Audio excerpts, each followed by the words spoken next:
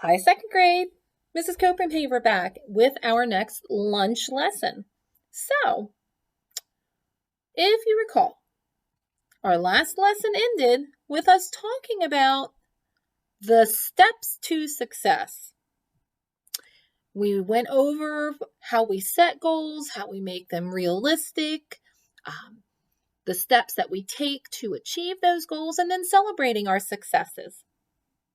And at the end of that lesson, I reminded you that for today, we were going to return to talking about our feelings. Does the poster behind me look familiar? It should. We used that, and you would have seen it in our last lesson we did about feelings. It was called I Feel Good and I Know It. Now, the poster behind me gives a whole bunch of different feelings. Now, who can remember? Did we call those feelings good feelings and bad feelings? No, we didn't call them that. Did we call them positive feelings and negative feelings? No, we didn't call them that either, did we? We said that they were pleasant feelings and difficult feelings, right? Pleasant being the things that we like to feel. Hence, I feel good and I know it. So it's kind of like I feel pleasant, huh? So I feel good and I know it. Pleasant, they're the ones that we like to feel. They feel good to us. Difficult are the ones that feel yucky. They feel uncomfortable, and we just don't know what to do with those feelings when they happen. Okay. So on our page up here, we have several different pleasant feelings, things like happy, silly, surprised, proud. All of those things are things that we like to feel, huh? Now, maybe some difficult ones might be scared or worried, mad or nervous, feeling jealous or frustrated. So, pleasant, things we like to feel and that feel good. Or difficult, things that we don't like to feel. They feel kind of yucky and uncomfortable. Now, today, we're going to keep talking about feelings and how important it is to be able to put a name to how we're feeling. And what I want to ask you is, how can we tell how we're feeling or how someone else is feeling? What are the things that we use to give us the clues to tell us? So it's kind of like, think about it from this way. How can we use our eyes and our ears to see and hear how someone is feeling, including ourselves? Well, what are some of the things that we see in ourselves or other people, things that we might look at that show us how someone's feeling? Well, these pictures behind me are all pictures of what? What is this? They're all pictures of faces. Can we often look at someone else's face, or can we look at our own face in the mirror and perhaps see an expression on our face that shows how we're feeling? Sure we can. Our face gives a picture of our feeling. So if someone's smiling really big, we know that they're happy. Or do we see our surprised face back here? Mouth is open wide and you're like, your eyes are really big and bright. Now, our face is not the only thing that we can look at, though, is it? What else can our eyes see that may tell us how someone's feeling? How about this if you see somebody shaking their fist like that? Their eyes, now my face, notice how my face changes. An action Actions. Somebody shaking their fist, that's an action. Is that a happy action? No, that's a frustrated, angry, irritable action, isn't it? Okay.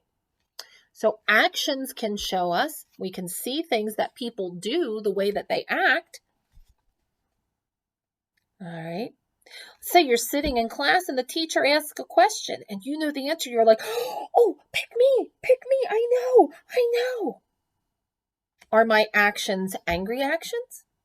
No, it's excited. I'm showing my excitement. Okay.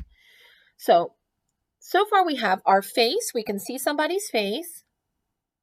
We can see the actions that they're doing. Now, what else can you see with your eyes that may tell you how someone's feeling? How about if I go,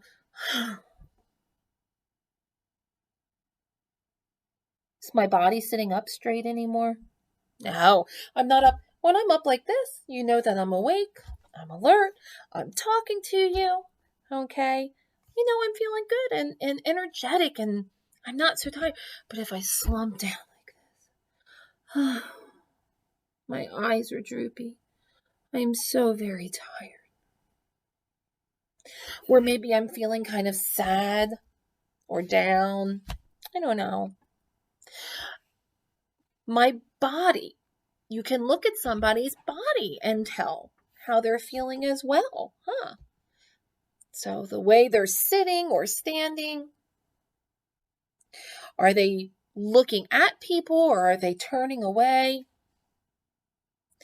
So we have looking at our faces, looking at actions, things that people are doing, and looking at our bodies or another person's body in terms of how are they positioned? What is their body language telling us? Yeah, body language. Funny word, huh? You think about that body language? Our bodies don't talk, but sure they do. The way that we act and the way that we position ourselves. You're going to see that in another poster I have back here.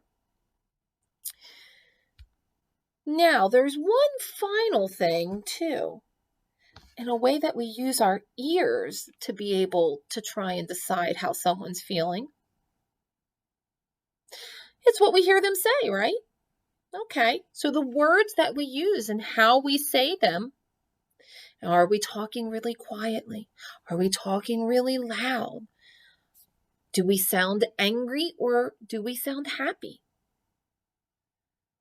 Do we sound sad or do we sound excited, scared, nervous? So we can hear what someone is saying and how they are saying it. And that can also give us clues as to how a person is feeling. So I have another poster here for us today. Let's turn around and look at our friend who's maybe not so happy in this poster, huh? So here it says, all right, I'm going to turn around here with you. Cues are the clues to how we are feeling. Cues. Have you ever heard of that word? Cues. All right, so cues are just simply, how to put it? We have verbal cues, which are verbal, meaning the words we're saying, and nonverbal cues are not words, okay? They're the actions and things that we can see that we were just talking about. So cues are the clues. Those things, those cues, the things that we are seeing and the things that we are hearing are clues to how someone is feeling. So the cues are what we're seeing and what we're hearing, and they're giving us the clues to how we're feeling. So around our paper, I've written the questions that we need to ask when we're trying to figure out how someone is feeling. we're trying to figure out how we're feeling as well. So let's look here. What does the face look like? Now I put face in red because those are going to be our key words. The words you see in red are our key words today. Those are the things that we're going to look and listen for to figure out our feelings. So the question, the first one is, what does the face look like? Well, what does our friend's face look like here on our poster? Does it look like a pleasant feeling that she's having or a difficult feeling that she's having? A difficult feeling, right? Her face looks very angry. So now let's go over to our next question. We're going to kind of come around our poster this way. So what does the face look like? Well, it looks angry. What words are being said? Well, what is our friend on our poster saying? That's not fair. All right, that's not fair. Do those sound like happy words or frustrated words? Frustrated. And the way that she would be saying them would make a difference. If she would say it more like, that's not fair, might sound more like she's feeling hurt or disappointed, but saying, that's not fair, well, the words were a little louder and had more of an angry tone to them, didn't they? Okay, so the words being used and how they're being said can give you clues to how the person's feeling. Now let's look at our next one here. What does the body look like? Oh, look, we're looking at it. What does the body look like? Well, she's got her arms crossed like this and things. Does she look like she's relaxed and comfortable? Or does she look like she's tense and grumpy and angry? Tense and grumpy and angry, huh? All right. So we have face. What does the face look like? Words. What words are being said? Body. What does the body look like? And what's our last one over here? That's right. What action is happening? What action is happening? Well, look here. Our friend has her hands clenched into fists and things. That's an action. She's clenching her fists and things. Is that a pleasant feeling that she's having and a pleasant action? Or is that a difficult feeling and an angry action? It's a difficult feeling with an angry action. When we're happy, do we make fists and clench them? No, we don't. Okay, so if we ask ourselves these questions, what does a person's face look like? What words are they using? How are they saying them? What does their body look like? Are they standing nice and relaxed? Do they look tired and sad and all slumped over? Let me sit back up so you can see me. And what actions are they doing? Okay. Are they acting happy? Are they acting angry or scared? There's lots of different things that will give us the clues we need if we use our eyes and our ears to pay attention to the people around us and to pay attention to ourselves. Sometimes we have to look for those clues as well to help us be able to recognize how we're feeling. So this is a really important skill to have, guys. Now, I want you guys to see if you can teach others in your family about the cues to look for the clues of how someone's feeling. Do you think you can remember? Face, words, body, and actions. Face, words, body, and action. What does the face look like? Does the face look like the person's having a pleasant feeling or a difficult feeling? What words are they using and how are they saying them?